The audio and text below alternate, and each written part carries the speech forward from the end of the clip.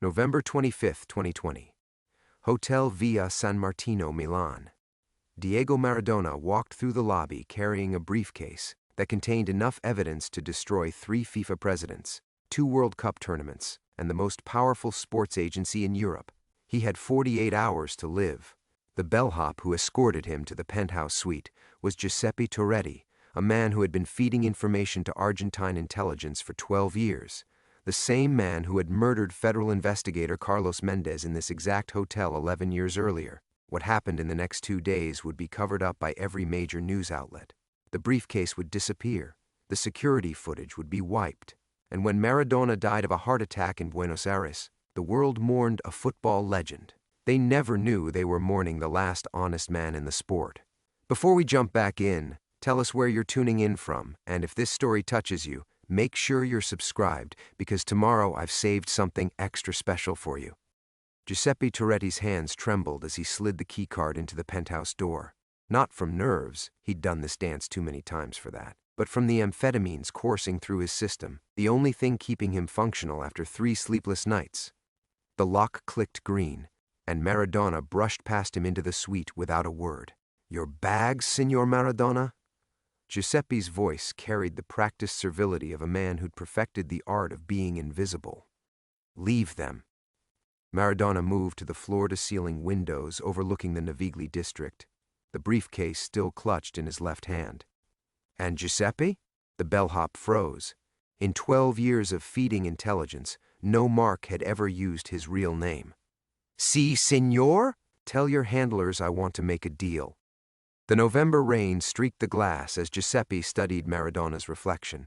The legend's face was gaunt, his famous curls now silver wisps, but his eyes held the same fire that had mesmerized 1 billion people on football pitches across the world. Those eyes now held something else, the desperate clarity of a man who knew he was running out of time. "I don't understand, signor." "Of course you don't." Maradona turned, setting the briefcase on the marble coffee table with deliberate care. "You understand orders. You understand fear. You understand killing investigators who get too close to the truth. But you don't understand what's in this case." Giuseppe's hand moved instinctively to the ceramic knife hidden in his jacket lining, undetectable by metal scanners, sharp enough to slide between ribs like butter. He'd used it twice before. Once on Carlos Mendez in 2009, once on a Portuguese journalist who'd gotten too curious about referee payments in 2015. "I'm just here to serve, signor." "No, you're here to kill me." Maradona's laugh was bitter. "But first, they want to know what I know, don't they? How much evidence I've collected, how many copies exist. Who else has seen the files?" The rain intensified, drumming against the windows. Giuseppe calculated angles, exit routes, the time it would take hotel security to respond to screams. But something in Maradona's posture made him hesitate. Not fear, but confidence, like a player who'd already seen the winning move while his opponents were still scrambling. "The problem with you people," Maradona continued, "is you think everyone can be bought or intimidated. You think because I had my problems with drugs, with women, with money, that I don't have principles." He opened the briefcase with his thumb. Giuseppe caught a glimpse of USB drives, photographs, and what looked like bank statements before Maradona angled it away. 15 years of payments, 3 rigged World Cup bids, a referee assassination in Morocco that was made to look like a car accident. "Your people have been very busy." Giuseppe's training kicked in. Keep the target talking. Extract maximum information before termination. The ceramic knife felt warm against his palm. "Who else knows about this?" "Ah, there we go." Maradona snapped the briefcase shut. "The real question. See, Giuseppe, I know you killed Carlos Mendez, right here in this hotel, made it look like a heart attack, very professional, but what you didn't know is that Carlos had a partner." The bellhop's blood turned to ice water. Elena Rossi. And she's been building her own case ever since Carlos died.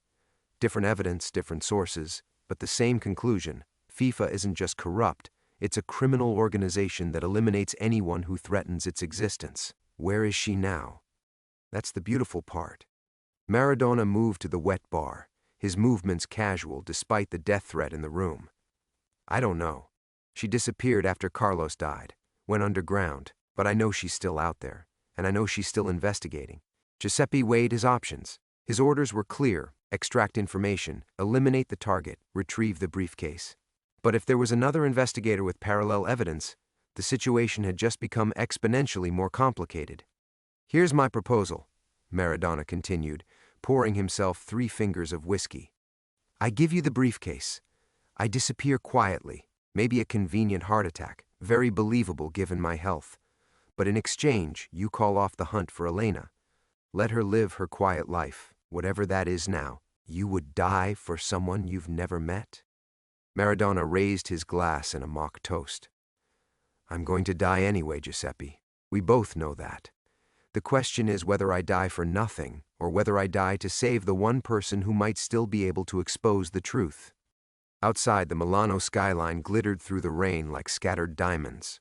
Giuseppe felt the weight of the ceramic knife, the weight of his orders, the weight of 15 years of blood on his hands. But mostly, he felt the terrible certainty that this conversation had just changed everything. Somewhere in the world, Elena Rossi was living her quiet life, unaware that in 46 hours, her past was about to come roaring back.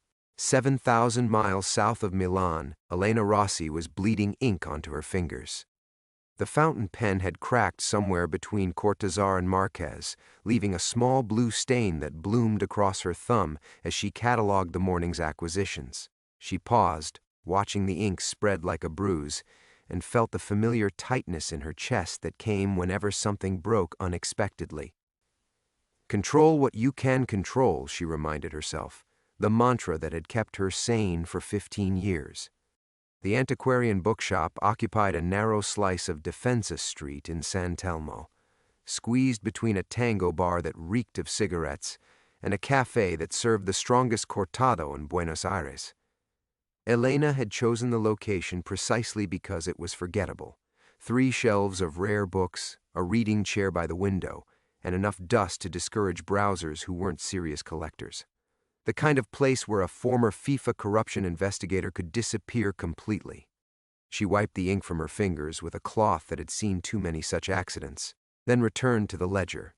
Tuesday morning inventory, 2 first-edition Borgeses acquired from an estate sale in Recoleta, a signed copy of Fraiuela that would probably sit unsold for months, and a leather-bound volume of Neruda's love poems that still smelled like the old woman's apartment where it had lived for 40 years. The bell above the door chimed, and Elena looked up to see Matteo shuffling in with his daily offering of café con leche and medialunas. 83 years old, with hands like gnarled tree roots and eyes that missed nothing, he'd appointed himself her unofficial guardian the day she'd opened the shop. She suspected he knew more about her past than he let on. Former journalists had a way of recognizing people who were hiding from something. "You're bleeding again," he observed, setting the coffee on her counter with the careful precision of someone who understood that small rituals mattered. The pen broke. Everything breaks eventually. He settled into the reading chair without invitation, the way he had every morning for 15 years. The question is whether we throw it away or find a way to make it work differently. Elena studied his weathered face, wondering if he was talking about fountain pens or something else entirely. Matteo had a gift for conversations that seemed casual but cut straight to the bone. She took a sip of the coffee, letting the familiar bitterness anchor her to the present moment. Outside, Buenos Aires was waking up in layers, shop owners hosing down sidewalks, tourists consulting maps with the concentrated frown of people trying to look like they belonged, teenagers stealing kisses in doorways. The city pulsed with the kind of chaotic life that had drawn her here after Milan, after Carlos, after everything fell apart. "There's a new customer," Matteo said, nodding toward the window. "Across the street. 3rd day in a row." Elena followed his gaze and spotted the man immediately. Mid-40s, expensive shoes, the kind of careful stillness that marked him as either a cop or something worse. He was reading a newspaper, but his eyes kept drifting to her shop window. Professional surveillance, but not quite professional enough. The tightness in her chest intensified. Tourist, probably. Tourists don't read 3-day-old newspapers. She set down the coffee cup with forced casualness, but her hand was trembling slightly. It could be nothing. Paranoia was an occupational hazard when you'd spent years investigating people who made problems disappear permanently.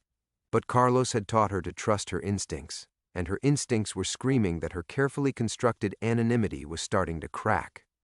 Elena. Mateo's voice was gentler now, the teasing edge replaced by concern. Whatever you're running from, it's been quiet for 15 years. Maybe it's time to stop looking over your shoulder. She wanted to tell him he was right, wanted to believe that Giuseppe Torretti and the shadow network of killers who protected FIFA's darkest secrets had forgotten about her, that she could spend the rest of her life selling dusty books to eccentric collectors, drinking Mateo's coffee, and pretending she'd never been the kind of person who carried encrypted drives in hidden pockets. Instead, she reached under the counter and felt for the small digital camera she'd installed 3 years ago. Not paranoia, just prudence. The man across the street was gone. "Mateo," she said quietly, "if something happens to me, there's a safety deposit box at Banco Galizia. Box 247. The key is taped under the register drawer." He studied her face for a long moment. "Should I ask what's in the box?" "Everything Carlos and I collected before he died. Everything they killed him for." The old journalist nodded slowly, understanding passing between them like a shared secret. He stood up, joints creaking, and moved toward the door, but he paused with his hand on the brass handle, turning back with the kind of smile that suggested he'd been waiting 15 years to have this conversation. "Elena, for what it's worth, I think your Carlos would be proud of the woman you've become, even if she's not the woman you used to be." The door chimed shut behind him, leaving Elena alone with her bleeding pen and the growing certainty that somewhere, in a hotel room in Milan, someone was already setting events in motion that would shatter her quiet life forever. The broken pen lay abandoned on the counter like a small corpse, its blue blood slowly pooling around Elena's ledger. She stared at it for several minutes after Mateo left, as if the cracked plastic might reveal some hidden message about the fragility of things we think we can depend on. The shop felt different now, smaller somehow, as though the walls were pressing inward. Every shadow seemed deliberate, every creak of the old building's bones a potential threat. Elena moved to the window and adjusted the angle of the Venetian blinds, creating a narrow viewing slot that let her monitor the street without being seen. The man with the expensive shoes was still gone, but his absence felt more ominous than his presence had. She was reaching for her coffee when the phone rang. The sound sliced through the morning quiet like a blade. Elena froze, her hand suspended halfway to the cup. In 15 years of running the bookshop, she'd trained her customers to communicate through email or simply drop by in person. The ancient rotary phone behind the counter was a relic she'd kept for atmosphere, its number unlisted and known to exactly 3 people, Mateo, her landlord, and the fire department. It rang again, the mechanical bell echoing off the narrow walls. Elena approached it slowly, her heart hammering against her ribs. The rational part of her mind offered reasonable explanations. A wrong number, a telemarketer with access to old directories, a bureaucratic error that had somehow connected her line to the outside world. But 15 years of looking over her shoulder had taught her that when the impossible happened, it was usually because someone had spent considerable effort making it possible. On the 4th ring, she picked up. "Libreria Elena." Her voice came out steadier than she felt. Silence. Then, static that sounded like rainfall on a hotel window in Milan. "Elena Rossi." The voice was male, accented, not Italian, but something else. Eastern European, maybe. It's been a long time. The coffee cup slipped from her other hand, shattering against the floor in an explosion of ceramic and caffeine. The sound seemed to come from very far away. "I think you have the wrong number. Box 247, Banco Galizia.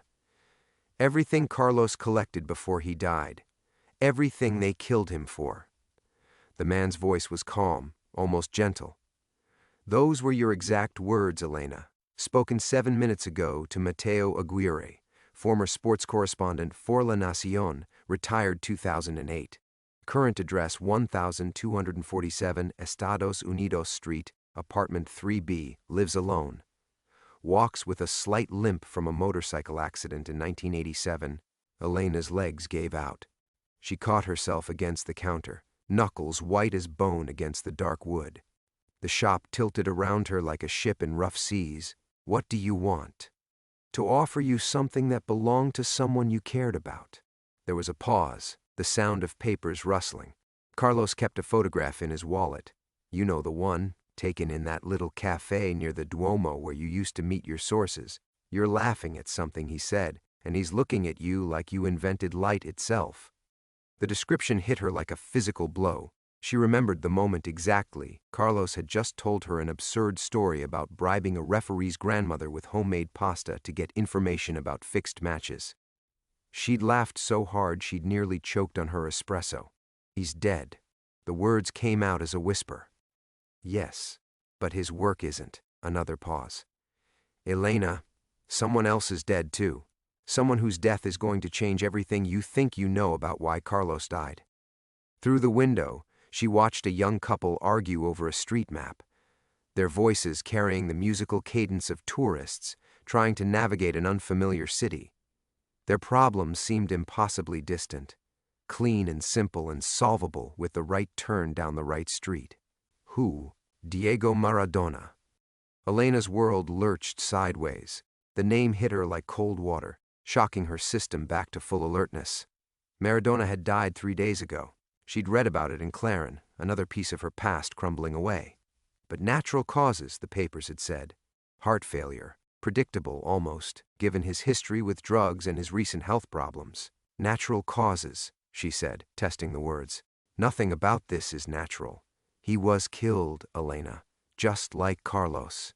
And just like Carlos, he died because of what he knew about the corruption that reaches to the very top of world football. The caller's voice took on a different quality now, urgent, almost pleading. 3 days before he died, Maradona walked into the Hotel Via San Martino in Milan, the same hotel where you lost everything 15 years ago. He was carrying evidence that could destroy everyone who killed your partner, but they got to him first. Elena closed her eyes, but she could still see Carlos's face the last morning they'd shared breakfast. Still feel the ghost weight of the encrypted drive he'd pressed into her hand just hours before his heart stopped beating in a luxury hotel suite 7,000 miles from home. I want you to finish what you started. The line went dead. Elena stared at the dead phone for exactly 37 seconds. She counted them like a meditation, like counting rosary beads, like counting the days since Carlos died. Then she hung up the receiver with deliberate care and walked to the front door, turning the deadbolt and flipping the sign, Frobierto Tosserado. The broken coffee cup lay scattered across the floor like evidence of a crime scene. She left it there. Think, she told herself. Don't react. Think. But thinking required admitting that the voice on the phone had known things, specific, intimate things, that should have been impossible to know. The photograph Carlos carried, Mateo's address, the exact words she'd spoken 7 minutes ago in what she'd believed was the privacy of her own shop, which meant they'd been watching. For how long? Days? Months? Years? Elena moved to the bookshelf behind the register and pulled out a hollowed-out copy of 100 Years of Solitude, Carlos's favorite, and therefore the perfect hiding place for things she never wanted to remember but couldn't bear to forget. Inside, a flip phone that hadn't been turned on in 8 years, a Swiss bank account number written on a slip of paper that had yellowed with age, and a passport with her photograph but someone else's name. Her fingers trembled as she powered on the phone. The screen flickered to life, showing 17 missed calls from the same Milan number, all time-stamped within the last 72 hours. The calls had started exactly 12 hours after Maradona's death was announced. She scrolled through the contact list, names she'd tried to forget, numbers that connected her to a world she'd abandoned. Most would be dead ends now, phones disconnected, people relocated or worse. But there was one contact she'd never quite had the courage to delete. Cardenas. Insurance. Miguel Cardenas wasn't in insurance. He was a forensic accountant who specialized in tracking money through the labyrinthine networks that connected organized crime to international sports. The last time she'd spoken to him, he'd been investigating unusual cash flows through Swiss banks that seemed connected to World Cup hosting decisions. That was 3 months before Carlos died. Elena hesitated, thumb hovering over the call button. Reaching out to Miguel would mean admitting that 15 years of hiding had been a fantasy. It would mean stepping back into a world where people died for asking the wrong questions. It would mean the shop's landline rang again. This time she answered on the first ring. What do you want? No pretense now, no false names or misdirection. I want you to listen very carefully. The same voice, but harder now. In approximately 90 seconds, a silver BMW with diplomatic plates is going to park outside your shop. The man driving it works for people who would prefer that our conversation remain private. You have two choices. Get in the car or wait for more direct forms of persuasion. Elena peered through the blinds. The street was empty except for a street sweeper pushing his cart toward the corner and two teenagers sharing headphones outside the Tango bar. No silver BMW. I'm not going anywhere. Elena. The voice softened, almost paternal. These people killed Maradona 3 days ago. They killed Carlos 15 years ago. They've killed journalists in Morocco, referees in Brazil, investigators in Portugal. Do you really think they'll hesitate to eliminate a middle-aged woman who sells books in Buenos Aires? As if summoned by his words, the BMW materialized at the end of the block, moving slowly through the morning traffic like a shark cutting through still water. Diplomatic plates, exactly as promised. Who are you? She whispered. Someone who knew Carlos. Someone who knows what really happened in Milan. Someone who believes you deserve the truth about why the man you loved died. The BMW pulled to the curb. The driver remained invisible behind tinted windows, but Elena could feel eyes on her storefront like physical pressure. She thought about Matteo, about the quiet life she'd built from the wreckage of her old one, about the safety deposit box that contained enough evidence to destroy powerful people if anyone ever bothered to look. If I get in that car, how do I know I'll live through the day? You don't. But if you don't get in that car, you definitely won't live through the week. The phone went dead. Outside, the BMW's passenger door opened like a mouth waiting to swallow her whole. Elena grabbed the flip phone, the passport, and the bank account number. She left everything else, the bleeding pen, the broken coffee cup, 15 years of careful anonymity. At the door, she paused for one last look at the bookshop that had been her sanctuary. Then she stepped outside and walked toward the car, feeling like a woman approaching her own execution, knowing that somewhere in Milan, in a luxury hotel where her past had died, someone was waiting for her to complete a journey that had started the moment Carlos's heart stopped beating.